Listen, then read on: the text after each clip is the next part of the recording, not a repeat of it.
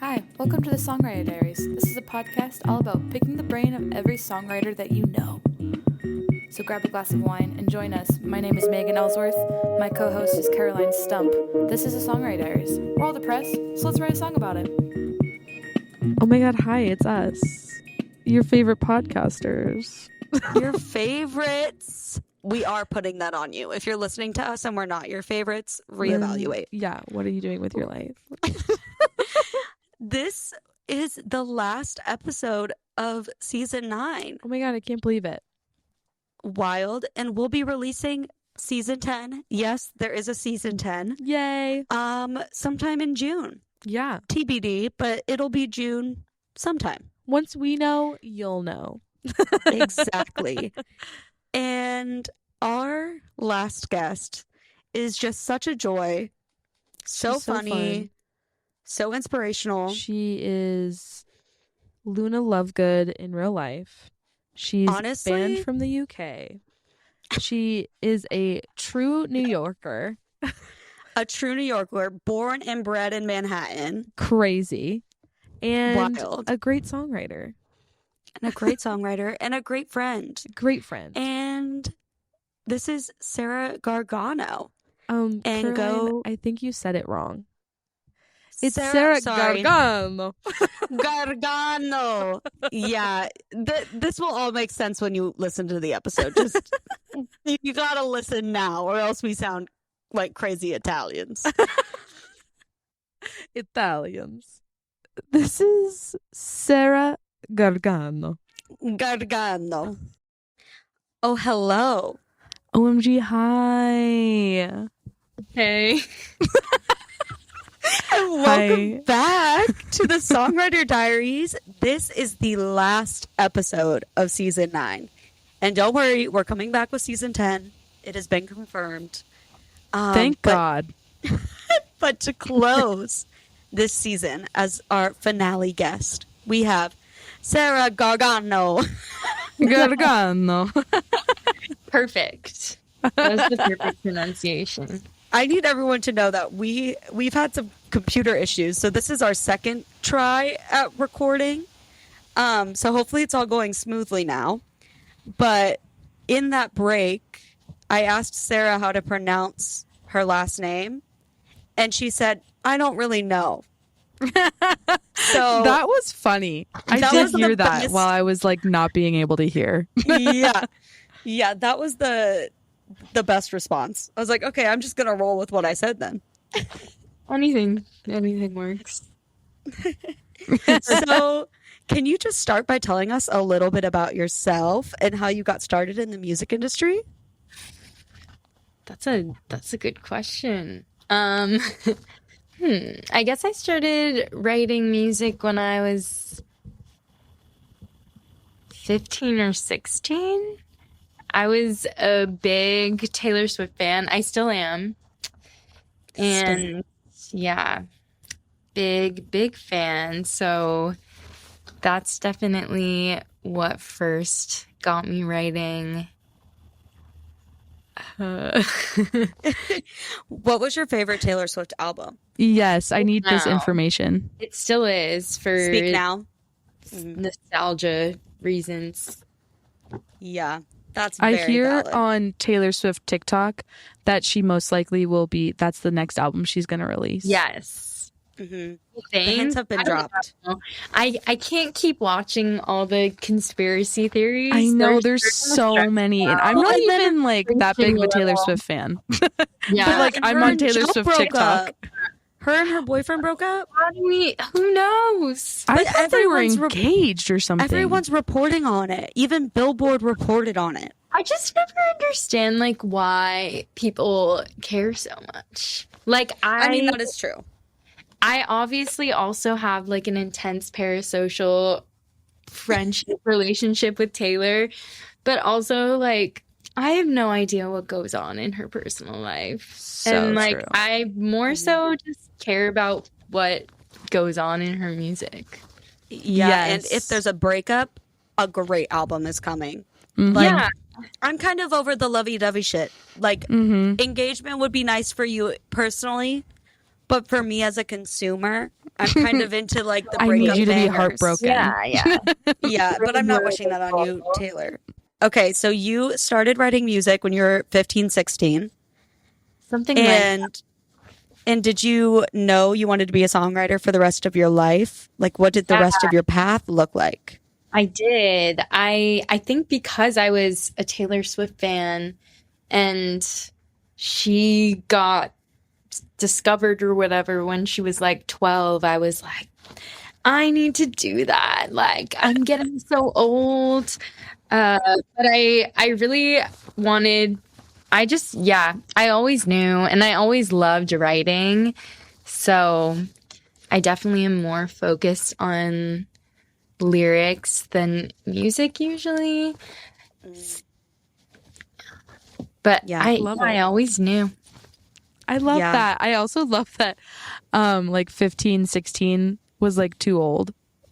Yeah. To like get discovered. Even now, We've aged out. Mm-hmm. Olivia Even now. Rodrigo was like Billie Eilish, like all those people they're being all discovered so so young. young. I feel like a grandma in this industry. I Mm. know. I feel For that sure. so hard. It's like oh my gosh, what was the actress's name? That one for Everything Everywhere All at Once. Oh, Michelle Who- Yeoh. Yeah, saying in her speech, don't let anyone tell you you're too old. Don't let anyone tell you you're too old. You're Like not too old. in her 60s? Oh, Yeah, I think she is in her 60s. Mm-hmm. I love that. Me Yeah. too. So you're never It's too old to true. follow Too. your dreams, you know? So true. So what does your typical songwriting process look like? I feel like it's different every time. Love that. Recently, I have a long list of song title ideas in my notes app on my phone.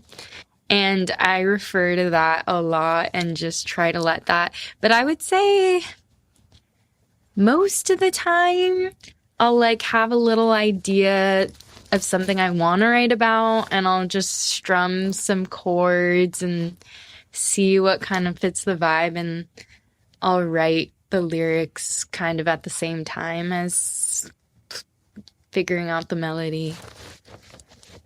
Yes. And when you were in Nashville visiting, did you enjoy co-writing with people?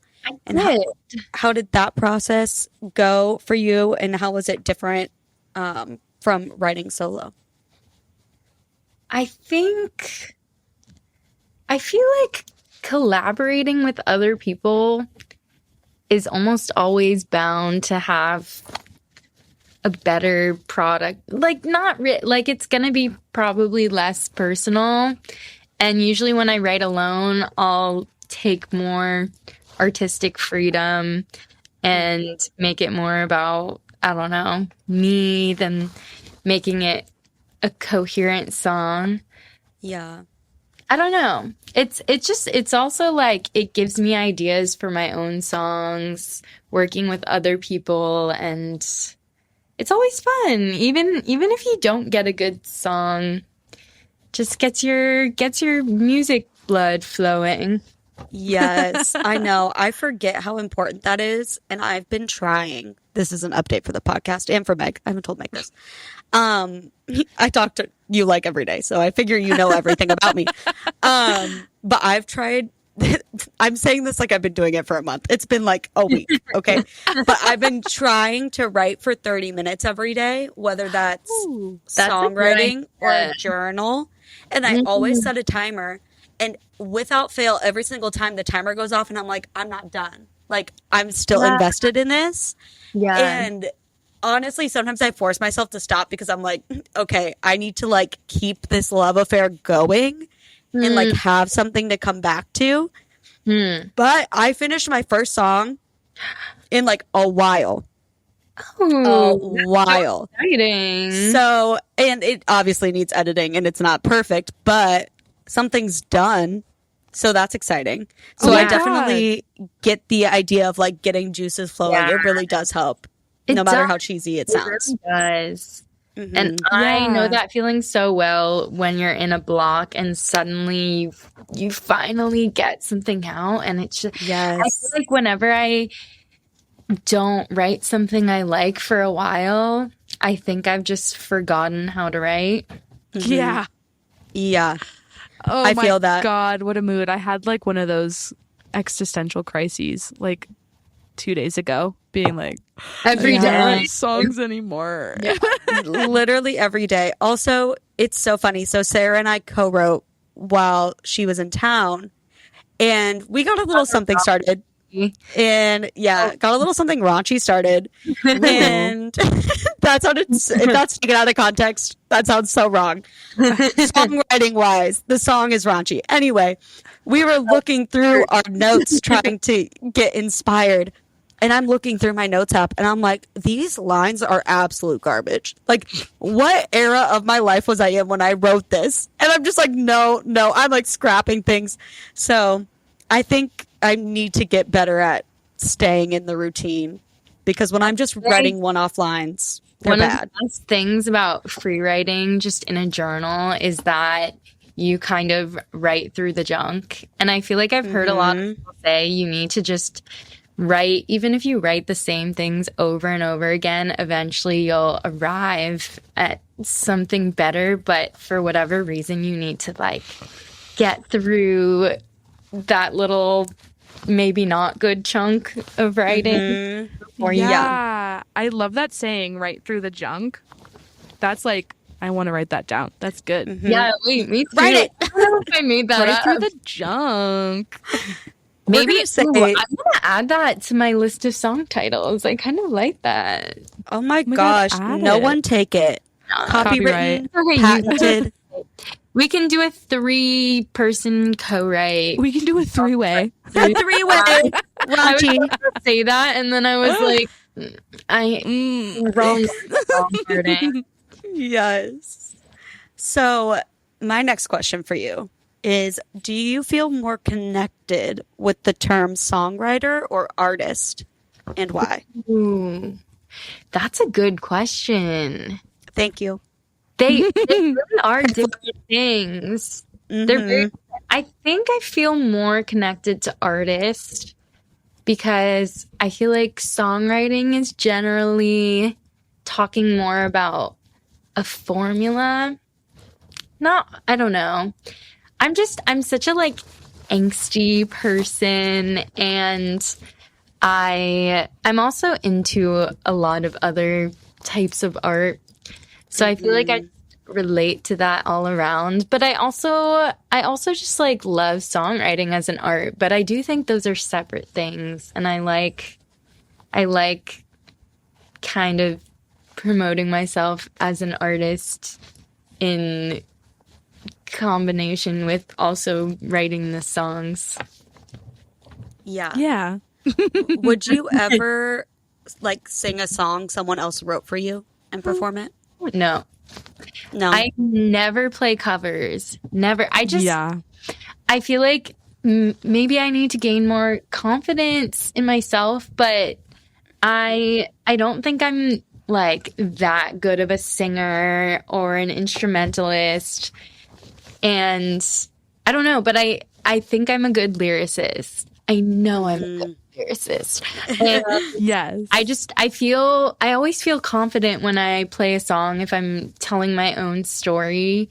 But if it's someone else's, I'm like, someone else could play this other person's song better. Yeah. I completely relate and agree with that, because like 9 times out of 10 when I'm singing a cover, I'm just like, I'd rather be singing my own song. Like, why am I even bothering learning someone else's song when I have a whole list of songs that I need to edit and finish, and then I could perform? You know, it's like, I totally get that. Yeah. I feel like people always talk about how in Nashville you can make a lot of money like playing on Broadway and stuff, but I wouldn't want to do that because I don't like playing covers. Yeah, it's all covers. And I feel like Yeah. covers are only incorporated in sets for the audience. You know, it's like to keep them kind of engaged, because as, you know, independent small songwriters. They're not going to know all the words to our songs, but they'll know Right. every word to, I don't even know. Hits. With the Yeah. greatest hits, yeah. I love, like, personally, I love when I can sing someone else's song like it's my song. Yeah, Mm, make Like, it your that's own. when it's like a good cover. It's like yeah. Mhm. So true. when you just it's complete, it's like your own song now. And like I've been in bands where we've done a few covers, and like for example, my old band Sister Neapolitan, we used to cover Gold Dust Woman by Fleetwood Mac, and like after doing it so many times, like it kind of became like our rendition of it, and it was like it's our song now. Yeah. And so I like that, but like when I play solo, I never play covers. But when I'm in No. bands, we'll all do like, a couple covers. Yeah. But I totally get that. That's so true, actually. And I feel like I hear a lot of covers sometimes where I'm like, I just love that person's style, even if they don't like have a super like technically trained voice. I just like love the way they cover something, and I'll like download that version and listen to it. Like Taylor Swift once did a cover of Riptide. That's what it's called, right? By Vance Joy. And I was obsessed with her cover, and I listen to it all the time still. Sounds really different than the original. Yeah. Oh, yeah. I think about the song by Somebody Else by 1975. The first time I ever heard that song, I didn't know it was the 1975. I heard a cover of it by, pause for dramatic effect while I try to look this up. I'm like, I have it saved. Verity, Drumroll, I think. please. I think it's Verity or Verite. I don't know who that is. Verite. Verite with little. I feel Whatever like they're I need called. to check that out now. It is so good. I like it better than the original, but I also heard it before the original, so that could be why. Yeah. Because I told our friend Katie that a long time ago, and Katie got really upset. Oh yeah, she's a big 1975 stan. Okay. Yeah. So, and I do love the 1975, but I love that cover. So and it's so different. It's not the same song. Because I remember I heard it by the 1975. I was like, oh, this is an interesting cover. And they're like, what? No, this is their song. Like, what are you talking about? Yeah. So, Yeah. So, what advice would you have for people who are looking to start writing and releasing their own music? It's so weird because I started writing so long ago that I can't imagine wanting to start now. But I guess back then, what did I do? Also, when I started releasing music, it was also really different because the music industry changes so fast. Like the last EP I released was in 2020, which isn't that long ago, and it was before TikTok was really a thing at all. yeah. And now I'm trying to navigate using TikTok because I never really used to that. But I don't know. I think journaling is always a good idea. Then you kind of figure out what you want to write about. Yeah.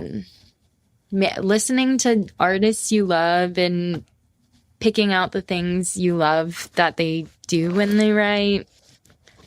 Trying to implement that, and eventually you'll form your own style. Yeah. I Love think that's that. great advice.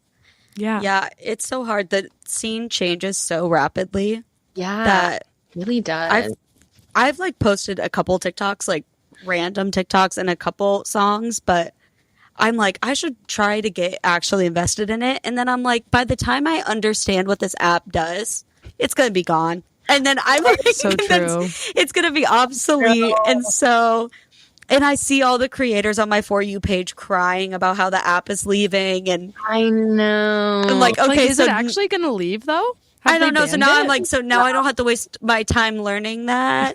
But also now every other social media platform is in the Reels thing. Yeah. And I'm like, why didn't we just keep Vine? Yeah. Keep Vine. Like, what? Yeah, But true.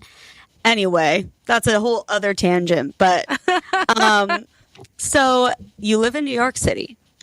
And I'm curious what your favorite and least favorite things about the music scene in New York are.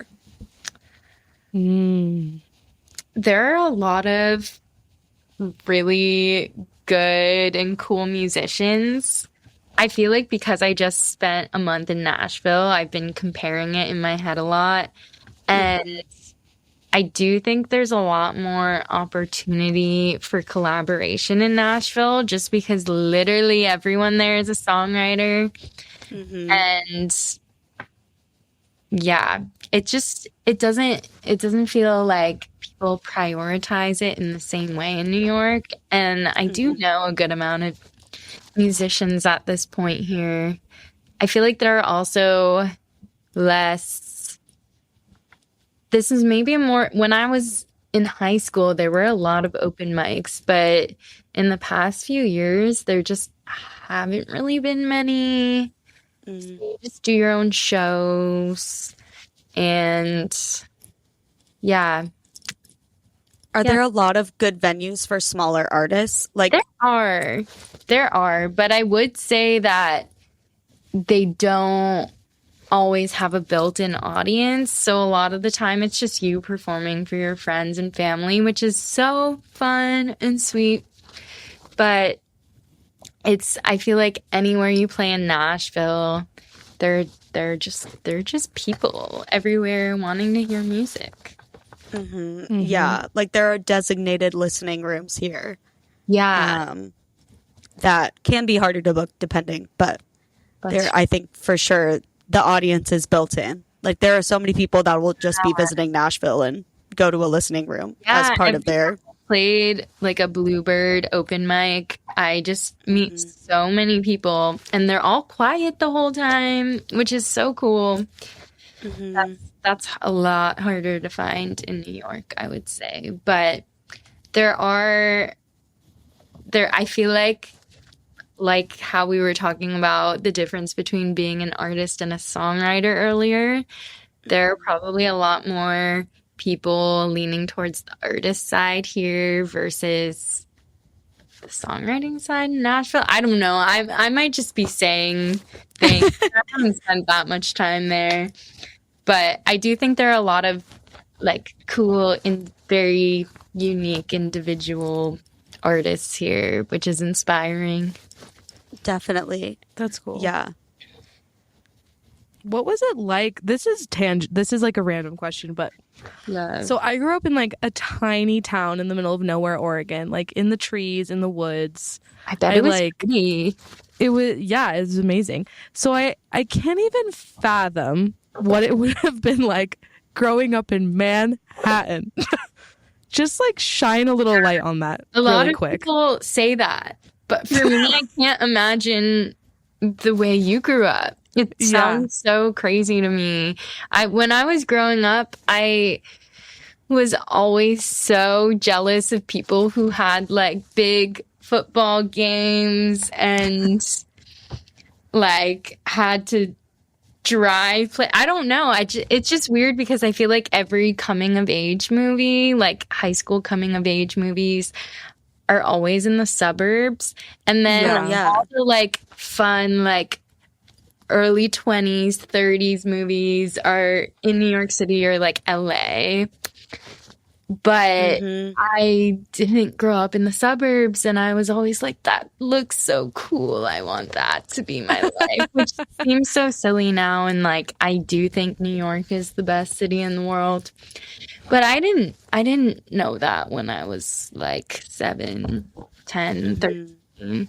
Yeah. Well, it's hard too because you don't have I mean, I guess the kids you grew up with, you relate to, that they're all city folk. Yeah. But I think the target audience for those movies we grew up with were the kids in the suburbs because that was everybody. Yeah. Everybody was a kid in the suburbs. Yeah. It seemed like, I mean, apparently not because Sarah, you did not grow up in the suburbs, but most people I know didn't, since most people I know yeah, are from New York. yeah, that's just so wild. But yeah, I mean, the movies were definitely That's so targeted cool. towards They the were. majority of the. And also, I feel like I just am nonstop bringing up Taylor Swift, but watching her music videos, like You Belong With Me, where she was like in the marching band, Yes. I was like, I want to be the girl next door but I can't because I'm in the city. I'm a city Sounds girl. so stupid now. Hey, but I feel like you always want what you didn't have kind of Right. thing, Yeah. you know? Like, Definitely. you long for something else. The grass is always greener. That's That's so true. That's understandable. So, if you could choose 3 other musicians or bands to share a bill with, who would you choose? That's such an, like, I don't know if I would choose my favorite artist, you know? It's weird because a lot of my favorite artists, I don't think my music even sounds like theirs at all. But I love so many musicians. My 2 favorite musicians are like Connor Oberst from the band Bright Eyes. And Yes. the best. And I love like a lot of pop punk music too, like the Front Bottoms and groups like that. So I don't know, like there are just so many, and they're all different vibes. Like I also love a lot of pop music, like Taylor Swift, Julia Michaels, Olivia Rodrigo. But I would say the majority of the stuff I listen to is more like sad indie. Boy Genius, I'm freaking out about their new album. Oh my god, it's so It's fucking good. insane. It's Insane. absurd how good it is. It is. So I don't know, like literally any of them I would die. But then also at the same time, I'm kind of nervous to meet like my heroes because the idea of not liking them or them not liking me would destroy me. Terrifying. Well, that's not going to happen. They're going to love you Not when you meet them. avoid them, so then it Yeah. won't happen. I don't know. That would be my strategy. Yeah, I think Avoid. avoid strategy. Yeah. Yeah. Yeah, I don't know. I feel you on that though, of listening to music that you don't write, because I listen to a lot of rap, specifically a lot of Kendrick Lamar.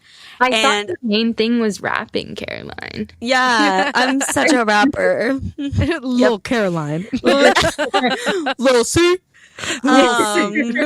I think that is actually my name in Lily or Pearl's phone. Lil I think it is Lil C. Yeah, they're gonna have to confirm that. I don't think it was from rapping. I don't rap. Okay, to clarify, not rapping. Will never rap. I never say never. Anyway, Yeah. Kendrick Lamar, I listen to him, love him, but I would love to share a bill with him, but it'd be a little off. It wouldn't, the vibes would not vibe, you know? Yeah. So I get that. It's like an eclectic music taste. Yeah, that's a much more extreme example, actually. Like, if in what world would I open for Kendrick Lamar? I guess you never know, but like, in what world? Yeah. In what world? Honestly, I would love that. It sounds. I would do anything. I would do anything for that man. Well, and I don't even know him. I would do anything for him.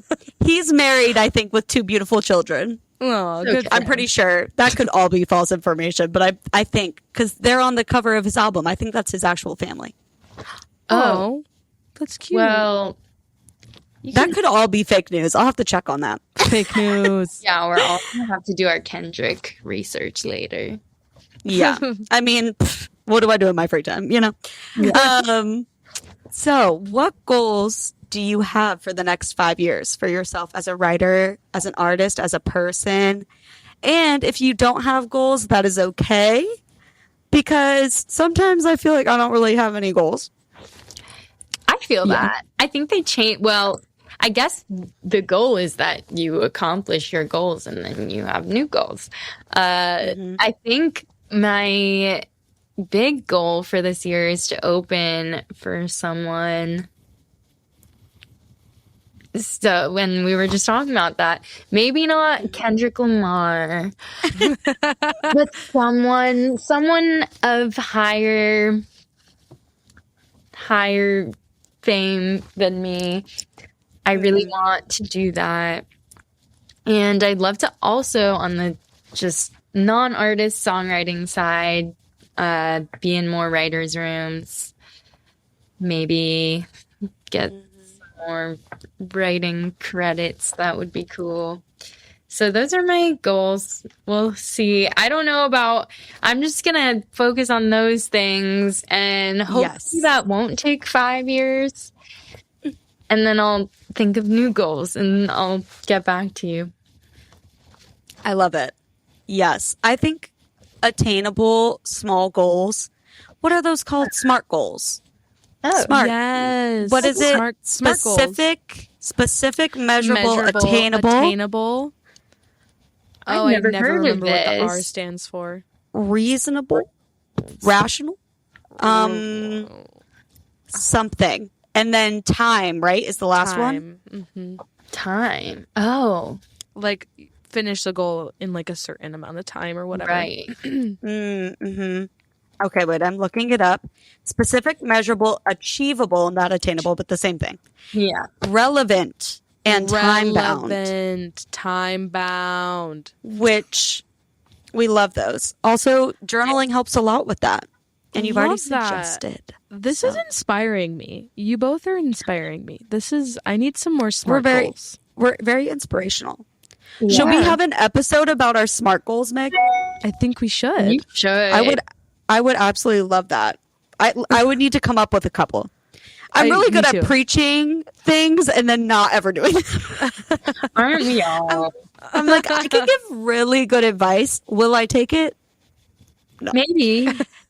Maybe. And the potential is there. Maybe a higher chance than opening for Kendrick Lamar. That Oh, definitely. kind more of probable. that kind of hurts me a little, but like you're right. No. It hurts me a little. You are going to open for him.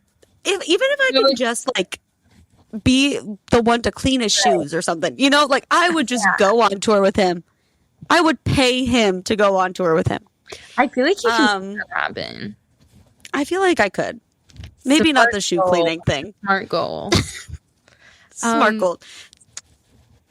Oh, I didn't mean to interrupt. Oh, I was waiting for you. Yeah, I Okay, think good. we were both done. Oh, good. Mhm. I was just like, Do you want me to and talk it's my about turn now. Kendrick? Do you want me to talk about Kendrick some more? Because I it's okay. can. You're gonna have a lot of Kendrick content to cut out of the podcast. Okay, well, it's that time. It's the last question. We ask everyone this question. It's so fun to hear everyone's, meaningful blah blah blah answers. Blah blah blah. This question is, why do you write songs? I feel like that changes over time, but the reason I started was I was very badly bullied in middle school. And Sarah. That's fucked up. I'm sad. It's okay. We're fine now. Just, Okay, took some SSRIs and everything was fixed. But That's amazing. Took some SSRIs and now look at us. everything's fine now. But I don't know. Maybe I feel like when I see middle schoolers still, I get scared. They're scary. Middle schoolers Awful are age. Meaner than ever. the worst. The worst. I'm so terrified for my nieces and nephews to hit that stage. But I'm taking this as a mental health check. Are you in therapy, Sarah? How is our mental health going? I am. Okay. I just started seeing a new therapist, and I also wrote a song about therapy that I'm going to release soon. Fun. Oh my gosh. God, love it. Positive song, though. But Still, do therapy, so that's Love we it. love therapy here. yeah, we love Mhm. it. But yeah, I guess I started writing because back when I was 12 and 13, I was like, I want poetic justice. And like when I heard the song Mean for the first time, I was like, I want to become famous.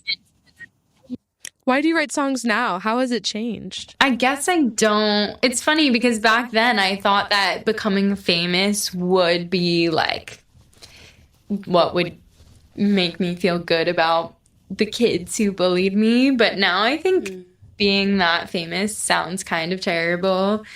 But I do just love the idea of being able to give other people what I've gotten out of my favorite artist's music. Like, music has totally saved me, which I'm sure a lot of people could say. So that, I don't know. Who knows if, like, maybe one of my songs won't affect anyone, but even if one song affects one person and makes them feel more understood, that's so beautiful. And if I'm writing them anyway, because it feels like I have to get things off my chest, then I might as well put them into the world. Yes, I love that. Yeah, that's great. Beautiful. Also, I need you to know it was so hard for me not to reference Kendrick Lamar when you said poetic justice. You have a song called Poetic Justice. Yeah. One of the best songs of all time. Caroline's face right now. I know it. Yeah. And don't know I know it. It's oh my gosh. I mean, I could perform it right now, but I'm not gonna. I don't know. Dang. That would be Poetic good justice. blackmail for me. Put it in a song. All right. That's the main line. Cover song. I have to fact check myself. I was like, that is the title, right? Yeah, it is.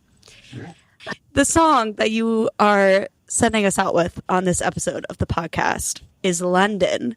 Can you tell us a little bit about the song and when you wrote it, why you wrote it? Absolutely. I wrote it, I would say, in like August 2019. I was about to study abroad in London.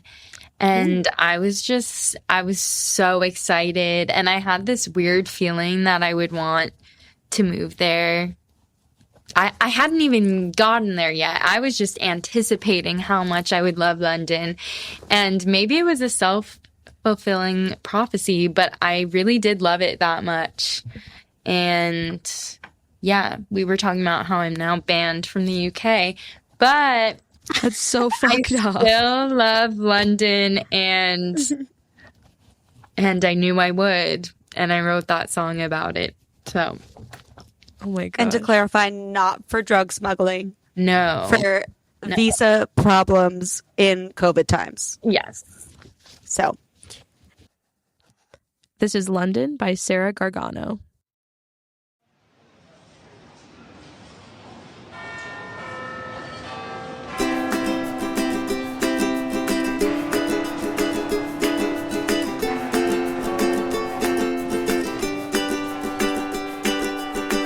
I'm about to move to London, leave the city I grew up in, where I cut off all my hair. Apologies if I don't call much, maybe I'm just having brunch somewhere, pretending I'm not scared. But I'm scared. This time, maybe I won't have to run away. I'll make friends, won't let them ever slip away. A new home when I'm alone, I'll still feel okay. In London. In London.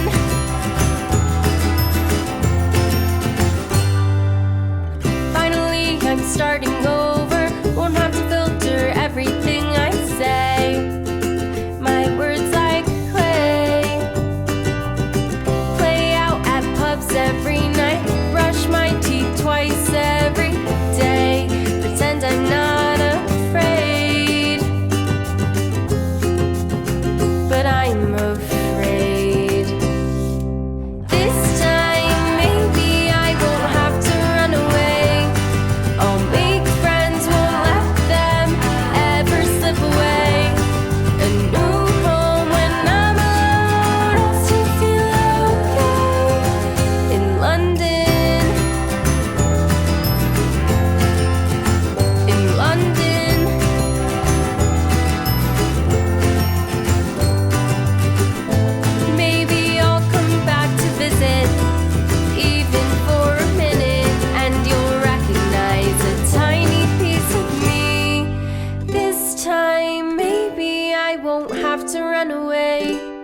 I'll make friends, won't let them ever slip away.